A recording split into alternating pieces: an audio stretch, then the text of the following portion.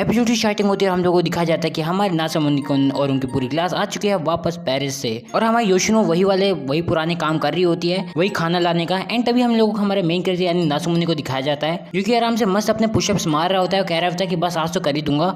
लेकिन वहाँ पे तभी योशिनो आ जाती है जो कि कहते हैं तुम्हारी इतनी गंदी आवाज़ है कि मैं तुम्हें पहचान गई कि तुम यहाँ पे होंगे। और तभी ये दोनों एक साथ थोड़ी देर बैठते हैं एंड थोड़ी बात करने लग जाते हैं, जहाँ पे थोड़ी सी बातें कर रहे होते हैं। लेकिन तभी आदागाकी की बात आ जाती है और उफ वो पेरिस वाला सीन कौन ही भूलेगा। और हमारा नासामुने भी जो है वो यही सोच रहा होता है कि भाई मैंने तो उसे पेरिस में पता नहीं क्या क्या बोल दिया था, और वो ये बात हमारे योशिनो को भी बताता है। एंड योशिनो कहते हैं चलो ठीक है मैं कुछ ट्राई करती हूँ। और तभी नासामुने कहता है ये बात तभी तो मैंने तुम्हें अपना मास्टर बनाया है। लेकिन तभी योशिनो कहते हैं लेकिन वो इतना भी काम का नहीं होने वाला है, और इतना बोल के वहाँ से कट लेती है। और तभी जो सीन होता है वो चेंज होता है, हम लोग को दिखाया जाता है हमारे गोसु को, जैसे हमारे मास्टरमाइंड और हमारे फेक नासुमुनि को। हमारा गोसु जब बात कर ही रहा होता है और फंसाने की बात कर रहा होता है आदागाकी को, और तभी वहाँ पे हमारी योशिनो आ जाती है जिसे ऑलरेडी ये बात पता है वैसे इसका सीक्रेट। और तभी हमारा गोसु कहता है जल्दी मैं आदागाकी का फियोंसे बन जाऊंगा और तुम फिर मेरे को सर्व करोगी। तभी अगला सीन हम लोगों को दिखाया जाता है जहाँ पे हमारा नासुमुनि जो होता है वो हमारे आदागाकी से माफी मांग रहा होता है सपनों में, और सपने देख रहा होता है कि अगर वो उससे दिल से माफी मांगेगा आदागाकी से तो उसे माफ कर देगी। लेकिन इतना तो हमें भी पता है एज ही घंटा होगा ये। और तभी हमें दिखाया जाता है इसका सपना टूट जाता है वहीं पे।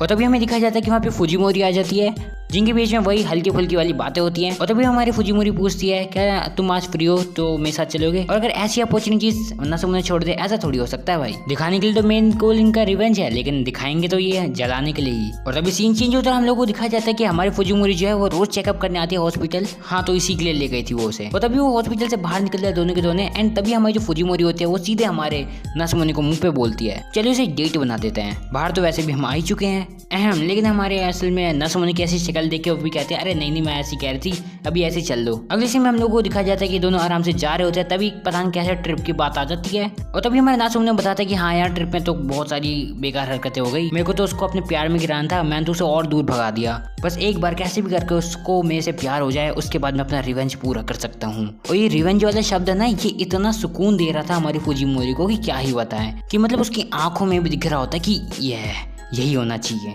और अभी वो नासुमुनि से भी कहते हैं क्या ये मतलब कोई तुम्हारा प्यार व्यार नहीं है, तुम सही में अभी भी रिवेंज ही लेना चाहते हो, मतलब आदागाकी के साथ घूमना फिरना ये सब तुम बस अपने रिवेंज के लिए कर रहे हो। और विराट कोहली की तरह हमारा नासुमुनि भी हाँ भाई हाँ कर रहा होता है। तभी जो हमारी फुजिमोरी होती है वो उसे पीछे से पकड़ लेती है और कहती है मेरे को भी थोड़ा ब्रेव होना चाहिए। एंड तब वो कुछ वाली अपनी फीलिंग्स बता रही होती है, मतलब लड़की कोशिश कर रही होती है भाई। लेकिन तभी सीन खराब होता है क्योंकि वही वो फ्रांस से गुंडे यहाँ पे आ चुके होते हैं और उनको देख के नासुमुनि की फट जाती है और वहाँ से कहता है चलो भाई यहाँ से निकलते हैं पहले तो, क्योंकि इन लोगों का कोई भरोसा नहीं है, कट्टा वट्टा लेके घूमते कहीं पे भी ठोक देंगे। तभी सीन चेंज होता है, हम लोग को दिखा जाती है हमारी आदागाकी अकेले, और हमेशा की तरह मौके पे चौका मारने आ जाता है ये इंसान। और तभी हमारा गोसु जो होता है आदागाकी के पास जाता है और कहता है ओ हाँ चलो फिर चले, पास में एक रेस्टोरेंट में कुछ नए डिनर में आया है। आदागाकी कह देती है हाँ चलो फिर चलते हैं। और तभी आदागाकी हमारी होशिनो से भी पूछती है, लेकिन होशिनो कहती है नहीं भैया आप ही करो ये काम, मैं तो जा रही हूँ, अनुपमा आ रहा होगा भाई घर पे। और जब इन दोनों का फाइनल हो जाता है कि चलो भाई हाँ चलते हैं अब, और तभी बीच में ये 3 कौवे आ जाते हैं जो कि कहते हैं ऐसे कैसे। तभी सीन जज्बात और वक्त दोनों पलट देता है और हम लोगों को दिखाया जाता है हमारे नासुमुनि और हमारी फुजिमोरी जो कि आधे घंटे भागने के बाद आराम से रुके होते हैं। लेकिन इनकी किस्मत गंदी होती है कि टकलू वहीं पे आ जाता है, कहता है हाँ भाई। और इन सिस्टम फाड़ देने वाले लोगों को देख के हमारे नासुमुनि कहता है अरे तेरी। तभी अपना एलिवेशन यादव सॉरी भाई मतलब कि हमारा बेसोन का भाई यानी गैंगस्टर आ चुका होता है वहाँ पे, जो कि कहता है हाँ भाई कहाँ भाग रहे थे। अपना नासुमुनि कहता है नहीं कहीं नहीं भाई हम तो ऐसे घूम रहे थे। तभी बेसोन का भाई अपनी जेब में हाथ डालता है, नासुमुनि को लगता है कि भाई कट्टा निकाल रहा है और अपने नासुमुनि की हालत बिल्कुल खराब हो रही होती है। लेकिन तभी हमें दिखता है ये क्या, ये तो एक एम्बलप है। और जब नासुमुनि उसे खोल के देखता है तो उसके अंदर दिखता है कि भाई ये तो एक नोवेल है या फिर यूं कहूं कि कॉमिक है। और तभी अपने गैंगस्टर भाई बोलता है देखो भाई मेरा तो मन था कि भाई तुम्हें सीधे कट्टे बजा दूं, क्योंकि तुम लोगों ने मेरी बहन को वहीं पे छोड़ दिया और खुद यहाँ पे आगे भग के। लेकिन खैर मेरी बहन के लिए सही, लेकिन ये लो और चलते बनो। वैसे ये कहानी तो उसने तुम्हारे को देख के ही बनाई है, खैर फिर भी जैसे इसमें हैप्पी एंडिंग है वैसे रियलिटी में नहीं होती है। और अभी इतना कह के वो भी वहाँ से चल जाता है। फुजिमोरी कहती है अबे ये कौन थे भाई। और अभी सीन चेंज होकर हम लोग को दिखाई जाती है उसी नॉवल या फिर उस कॉमिक को जो कि हूबहू उनकी स्टोरी के जैसे दिख रही होती है, लेकिन कहानी में सीन अलग हो जाता है कि भाई। लेकिन गलती इसमें ये हो गई कि इसमें हैप्पी एंडिंग हो गई कि बचपन में ये लोग एक दूसरे को बाय बोल के निकल जाते हैं, लेकिन ये फ्यूचर में भी एक दूसरे को मिल जाते हैं। और आदागाकी बोलती है आखिर मैं तुम्हें कैसे भूल जाऊं, और ऐसे इनकी ये वाली एंडिंग खत्म होती है। अरे वाह, एक रोम-कॉम एनीमे में दो एंडिंग, क्या बात है। और तभी उस कॉमिक को देखते देखते हमारा जो नसमुने होता है वो थोड़ा निराश हो जाता है, क्योंकि उसे तो पता है ऐसा तो कुछ हुआ ही नहीं उसकी जिंदगी में। लेकिन तभी उस एम्बलेम के अंदर एक लेटर भी मिलता है जो कि बेसोन की तरफ से होता है। और उस लेटर में हमारी बेसोन बताती है कि क्योंकि उसे उन दोनों की पूरी स्टोरी नहीं पता थी तो उसने खुद की अपनी स्टोरी क्रिएट कर दी। कहने का मतलब एंडिंग उसने अपनी खुद के हिसाब से बना ली, वो भी हैप्पी करी उसने। अब काफी ज्यादा ख्यालों में डूबा हुआ हमारा नासामुने कुंज जो होता है वहां से निकलता है। तभी अगले सीन में हमने दिखाया जाता है कि जब वो घर पे होता है तो उसकी बहन आती है, उसे एक लात मारती, कहती है हाँ भाई। तो मित्रों बात ऐसी है कि इस सीन में प्लॉट ही कुछ अलग हो रखा है यहाँ पे, जो कि कोई सेंस बनाता नहीं है। ये फालतू में सीन इन्होंने डाल रखा है, ज्यादा कुछ नहीं। बस हमारा नासुमुने कुछ ज्यादा निराश होता है और उसकी बहन उससे वो मांगती है कि हाँ भाई ये क्या कॉमिक है। नासुमुने कहता है हाँ, तो वो कहती लाओ मेरे को दो, वो दे देता है और अपनी बहन को कॉमिक पकड़ा कि वो थोड़ी देर बाहर चल जाता है। और तब जो सीन होता है वो चेंज होता है, हम लोग को दिखाई जाती है हमारी 3 तिगाड़ी काम बिगाड़ी वाली टीम, जो कि 2 बंदों की डेट को खराब करने के बाद यहाँ पे बैठी हुई होती है और उन्हीं के फोन से फोटोज देख रही होती है उनकी ट्रिप की। और जब ये 3 पूछते हैं कि हाँ भाई तुम्हारी फोटो कहाँ है, तुम दोनों की तो है ही नहीं। और तब गोसु बताते कि असल में वो खींच नहीं पाए एक दूसरे की, और ये ऐसा इसलिए हुआ क्योंकि हमारी जो अदागाकी थी वो हमारे मकाबे के साथ थी, यानी कि हमारे नासुमुने के साथ।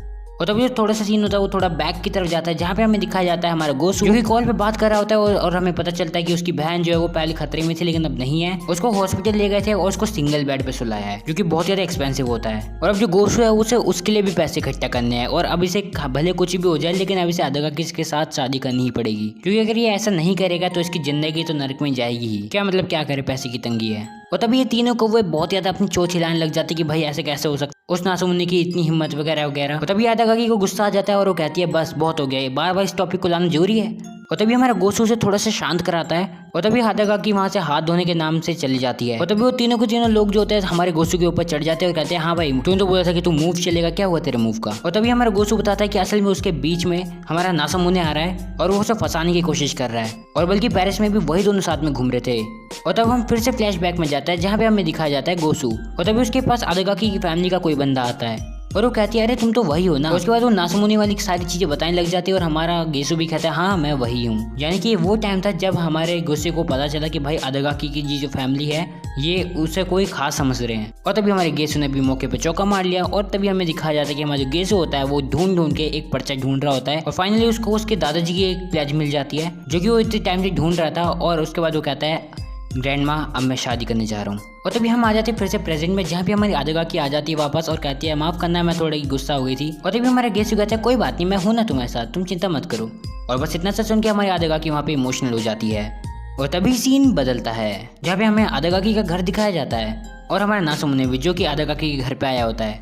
और नासुमुने को घर आया देख हमारी योशिनो नीचे जाती है और तभी हमारी योशिनो हमारी नासुमुने के पास आती है और कहती है अदागाकी अभी घर पे नहीं है, वो डेट पे गई हुई है। और तभी हमारा नासुमुने कहता है हाँ ठीक है, मैं कुछ से कोई लेन देना भी नहीं है, मैं तो बस यहाँ पे ऐसे ही आया था थोड़ी पुरानी यादें ताज़ा करने। देखो ये यार्ड यहाँ पे मैं बचपन में आया करता था और यहाँ पे मैं उस दिन भी आया था जब मेरे को वो बच्चे लोग परेशान कर रहे थे। और तभी हमारा नासुमुने जो होता है वो हमें योशिनो को कहता है पेरिस में मेरे को अदागाकी ने एक स्टोरी बताई थी उसकी, वही स्टोरी जो कि मैंने तुम्हें भी बताई थी, लेकिन उसकी स्टोरी और मेरी स्टोरी बिल्कुल अलग अलग थी और बेशक वो झूठ तो बोल नहीं रही थी। और इतना मुझे याद है उसने एक लड़की का जिक्र किया था कि उसके घर में सेम उसी की एज की एक और लड़की रहती थी जो कि चिकन पॉक्स से उस टाइम जूझ रही थी। जब भी हम लोग खेलते थे तब वो देखती रहती थी और उस दिन भी जब मेरे को बच्चे परेशान कर रहे थे खिड़की पे तुम आई थी। और अदागाकी के अलावा कोई भी मेरा निकनेम नहीं जानता था और ना मैंने तुम्हें कभी अपना निकनेम बताया। तो मैं तुमसे ये पूछना चाहता हूँ कि आखिर तुमने उस दिन ऐसा क्यों किया। सो यहीं पे हमारा जो एपिसोड होता है वो ख़त्म हो जाता है। एंड उम्मीद करता हूँ कि तुम लोगों को आज का एपिसोड काफ़ी पसंद आया हो। अगर तुम्हें अभी गलती से भी अगर एपिसोड पसंद आ गया है और तुम्हें आज की मेरी वीडियो पसंद आई है तो वीडियो को लाइक कर देना, चैनल को सब्सक्राइब कर देना, बाकी तुम्हारी मर्जी है। और इसी चैनल पर तुम लोगों को इसके आने वाले एपिसोड्स भी देखने के लिए मिल जाएंगे और इस चैनल पे तुम्हें बाकी सीरीज़ भी काफ़ी देखने के लिए मिल जाएगी, तो तुम लोग चाहो तो उन्हें भी जाके चेकआउट कर सकते हो। बाकी मिलते हैं अभी किसी और नई वीडियो में। Until then peace out.